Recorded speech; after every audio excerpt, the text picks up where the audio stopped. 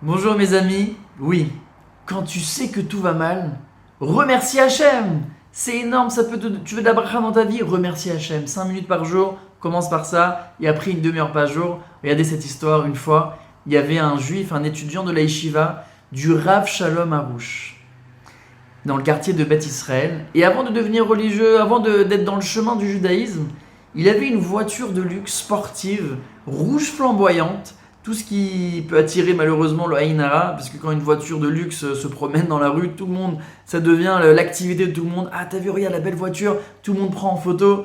C'est la catastrophe. Et quand il s'est marié, il a écouté le conseil de sa femme de vendre cette voiture et d'acheter une voiture moins attirante, d'une autre couleur, bleu marine ou autre. Et voilà qu'il va passer quelques appels pour vendre sa voiture et hop, un acheteur potentiel arrive. Voilà que c'était un connaisseur. Il regarde la voiture, le volant, les sièges. Et donc, il lui ouvre le capot pour voir le moteur, etc.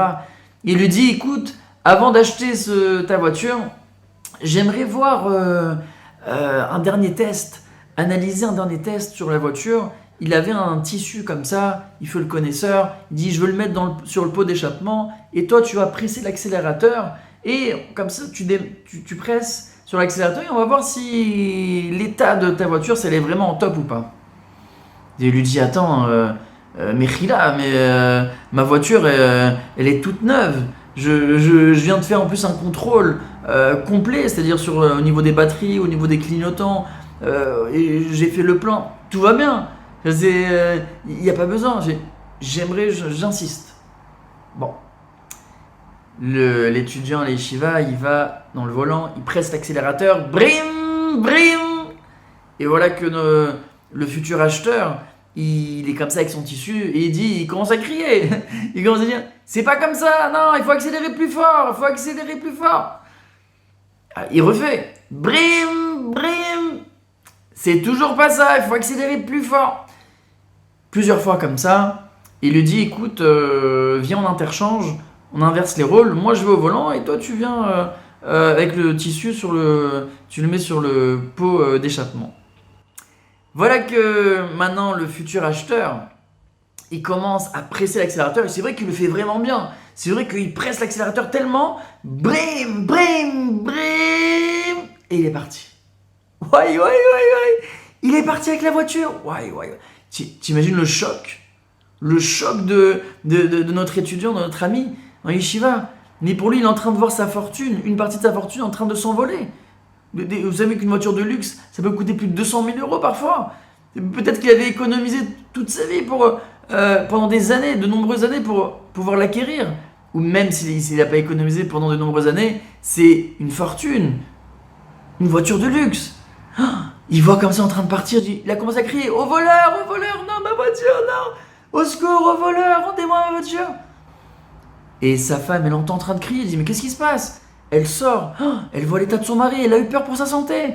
Et il y a plein de personnes, une foule a commencé à affluer auprès d'eux. Qu'est-ce qui se passe? Il dit, mais pourquoi il crie? C'est qui le voleur? Quand il y a un voleur ici? Ils n'ont pas compris. Et il a appelé la police. Et il a expliqué l'histoire. Ils ont pris ça et la police, qu'est-ce qu'elle va faire pour notre ami? Il n'y a rien à faire, parce qu'il n'a pas souscrit à l'assurance, comme c'est une assurance très onéreuse, très, très chère, parce que c'est une voiture de luxe, il n'avait pas souscrit. Et du coup, il n'y a plus rien à faire. Il a déposé plainte, mais il n'y avait plus rien à faire.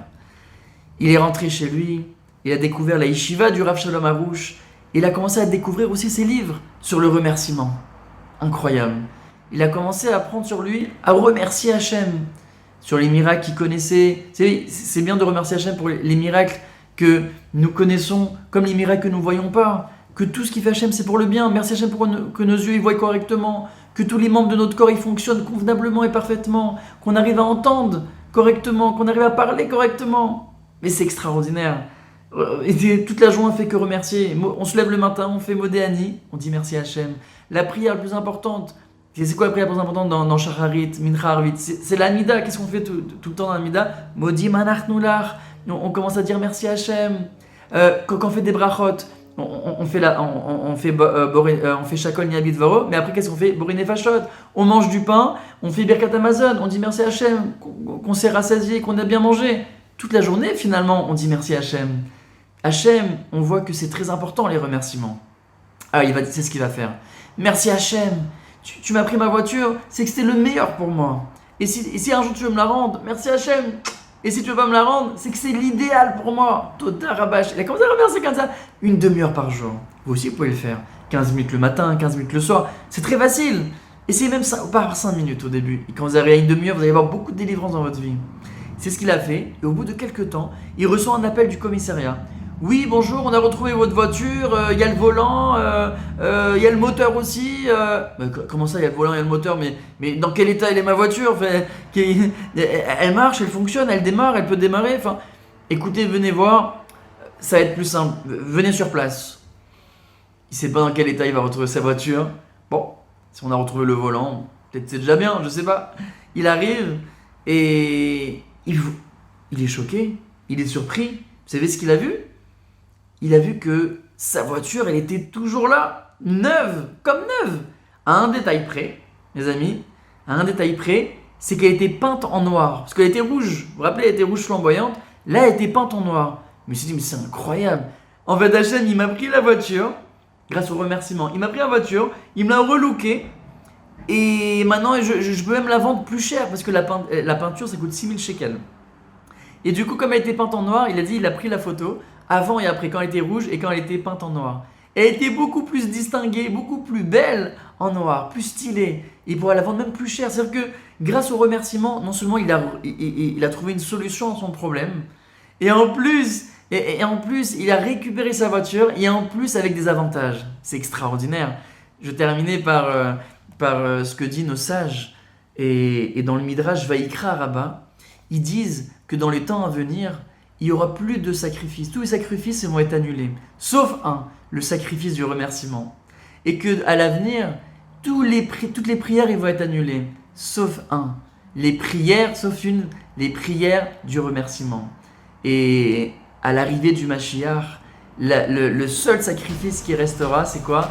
Le sacrifice du remerciement. Vous avez compris, mes amis, quand tu sais que tout va mal, remercier Hachem, ça peut t'apporter beaucoup de délivrance. Alors, Toda Lecha Hachem, Toda Lecha Melech, que Hachem vous envoie beaucoup de délivrance, et je vous dis à la prochaine histoire.